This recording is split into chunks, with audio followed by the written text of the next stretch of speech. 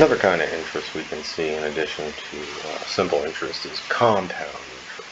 Now, compound interest is computed not only on a principal, but also on interest earned to date in previous compounding periods. So, compound interest is, we usually see it used more than simple interest.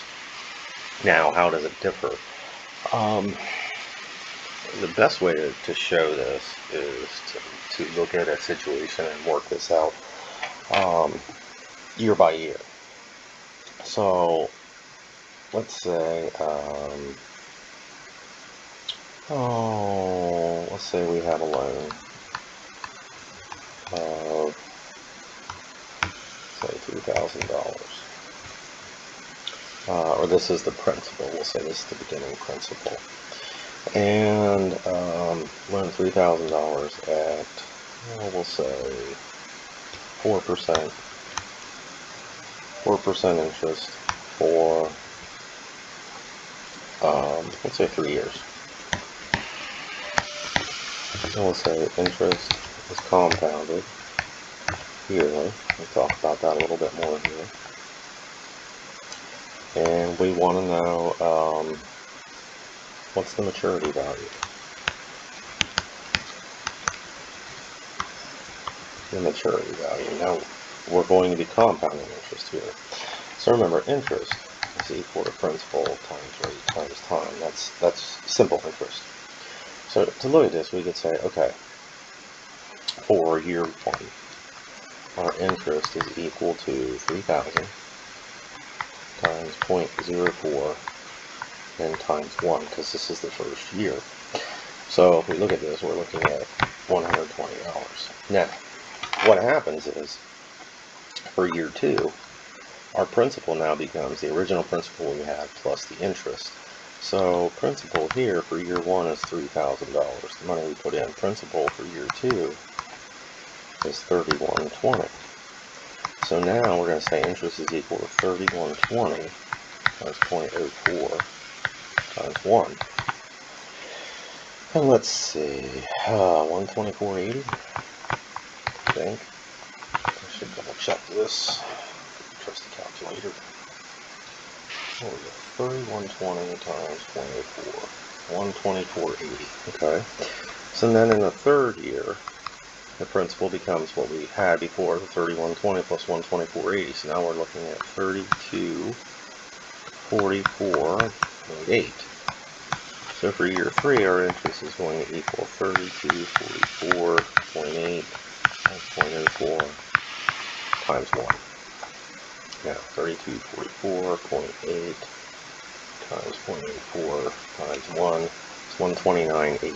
Whoa, 129.80. So, the maturity value after 3 years is going to be what we had at the start of year 3, 3244.80 plus the interest in that year. So 6, 4, 7, 3, 33.74, 60 the maturity.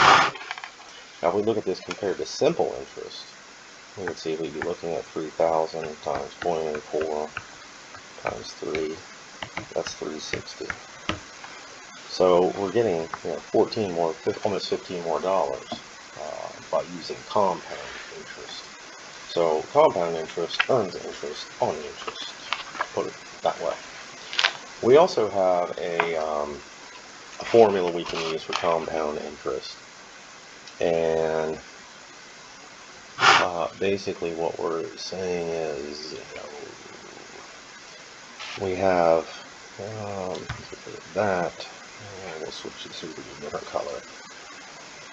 If we take our principal and we multiply it by 1 plus the rate over the number of compounding periods to the n times t power, this is a formula we can use. So P, again, is principal. R is the rate or interest rate per period. Okay. T is the length of time. And n is number of compounding periods in a year. So number of compounding periods in a year. So what this means is let's look at this first example we had up here, the second one we did, where we had a $3,000 at 4% for 3 years. We did this each year. We could also use this formula to figure out how we can do it without doing it each year together. So our principal is 3,000. Remember that. R is 1. Now, if we're doing this only once per year, that's fine. Our rate is 4%. We're doing it once per year, so we're 1 plus 0.04, so we have 1.04. Now, n, remember, is the number of compounding periods per year. If we're doing it once a year, it's only once. T is the number times 3 years, so we're taking this to the third power. So basically, we're looking at 1.04 to the third, which is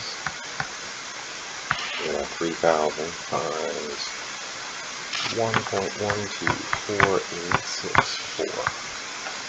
And if we multiply that, we will get 337460. Which should look familiar because that's the same that we got up here. So we can use this p times 1 plus r over n to the n times t power to calculate what we're getting, or what our maturity value should be, I should say, with compound interest. So hopefully this gives you a little idea of compound interest. There's a lot more to it, but other than that, I will see you in the next one. Have a good day.